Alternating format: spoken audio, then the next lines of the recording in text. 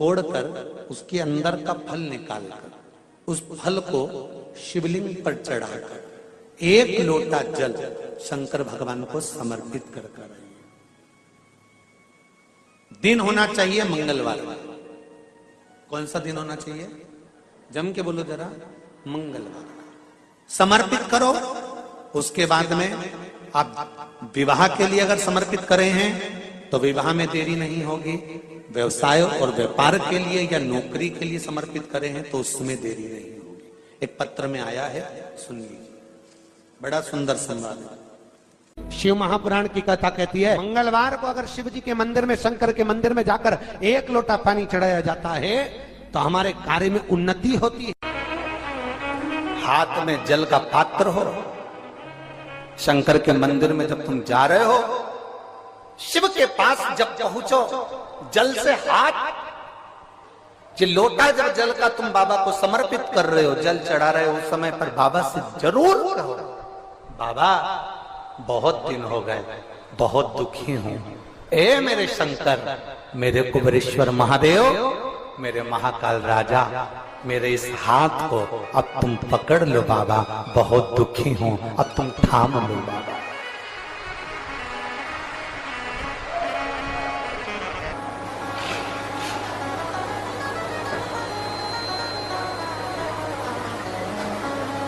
शिव महापुराण की कथा यहां तक कहती है कि यदि आप कोई मंत्र, साधना, व्रत, उपास कुछ भी नहीं जानते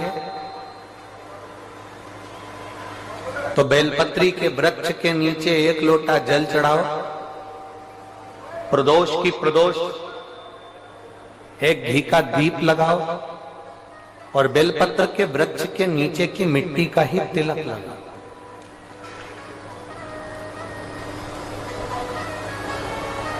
बेलपत्र के वृक्ष के नीचे की ही मिट्टी का तिलक।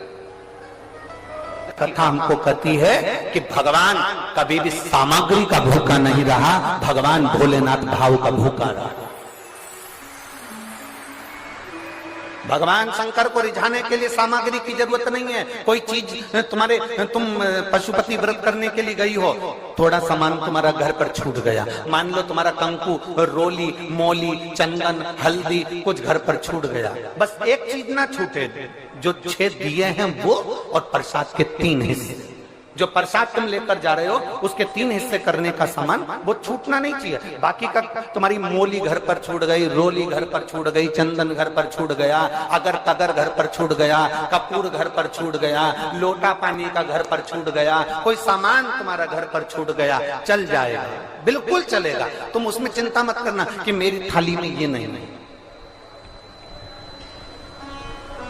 गणगौर की पूजन करने जाती हैं माताएं, इधर गणगौर होती है कि नहीं होती हमको नहीं मालूम। गणगौर की जब पूजन करने माता जाती हैं, तीज का पूजन करने जाती हैं, देवी का पूजन करने जाती हैं, चतुर्थी का पूजन करने जाती हैं, किसी देवी देवता का पूजन करने जाती हैं, पूजन की थाली में दूसरे की थाली में देखती हैं कि बहुत सारा सामान है, मेरी थाली में ये चीज नहीं है, तो उसको याद आती रहती है, मैंने तो भगवान को ये चढ़ाया ही नहीं, मैं तो भगवान को ये दे ही नहीं पाई, मैं तो भगवान को ये दे नहीं पाई, मेरे पास तो ये सामान है ही नहीं, उसकी चिंता में लग जाती है। शिव महापुराण की कथा कहती है, जो देवी देवता ने आपके हाथ से बुलवाना था वो सामान देवी देवता ने अपने हाथ से बुलवा लिया, अब चिंता करने की जरूरत नहीं। आप ये टेंशन मत लो कि मेरी थाली में ये नहीं है, मेरी थाली में ये है, ना ना, आप तो भगवान के भरोसे छोड़ दो कि तूने जो कहा मैं वो लेकर आ गया, तूने जो मुझे बुद्धि दी उस बुद्धि से मैं लेकर आ गई, तूने जो मुझे आज्ञा करी मैं वो लेकर पहुंच गई। अब मेरे पास में ये नहीं कि मैं ये भूल गई, मैं ये रह गया।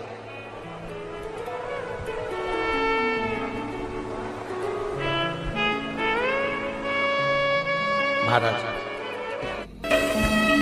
कोई व्यापार नहीं चलता हो, दिक्कत आ रही हो तो हनुमान जी के दूसरे नंबर का भाई गतिमान का स्मरण करो, हनुमान जी के उल्टे पांव का सिंदूर लाकर गतिमान का नाम लेकर स्वस्तिक बना दिया जाए व्यापार वाली जगह पर, तो व्यापार अच्छा चलने लगता है। महाराज, कोई व्यक्ति पैसा खा गया, नहीं दे रहा, बहुत परेशान हो गए, मांग मांग कर दे गए, नहीं दे रहा, हाथ जोड़ लिया, पांव जोड़ लिया, सब कुछ कर लिया, नहीं दे रहा, तो हनुमान जी के तीसरे नंबर का भाई रतिमान, रतिमान, गतिमान, रतिमान, रतिमान का नाम लीजिए, पीपल के पत्ते पर लाल सिंदूर से जो व्यक्ति पैसा लेकर गया उसका नाम लेकर बहते हुए पानी में अपनी कामना कर रतिमान का नाम लेकर छोड़ दीजिए। 15 दिन में रतिमान ऐसी उतावली मचाता है कि उसको हाथ जोड़कर वो खुद फोन लगाकर बोलता है भैया तेरा मैं पैसा लुटा दूंगा। रतिमान का स्मरण किया जाता है। रतिमान, ध्यान दीजिएगा, पंचमुखी हनुमान का एक स्मरण, पंचमुखी हनुमान का एक भाव।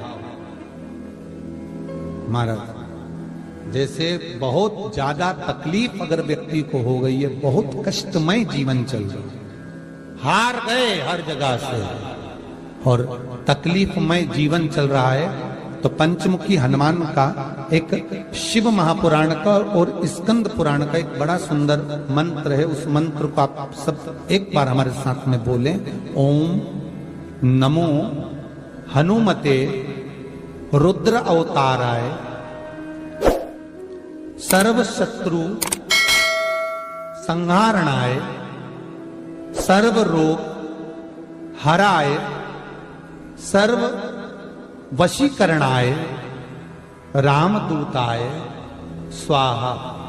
बस इस मंत्र को हाथ में काली तिल लेकर, एक जौ लेकर और गूगल लेकर, थोड़ा सा उसमें गाय का घी डालकर, कंडे को या अग्नि को जलाकर इस मंत्र का 11 बार 21 बार जाप कर कर अपनी कामना कर कर छोड़ दीजिए।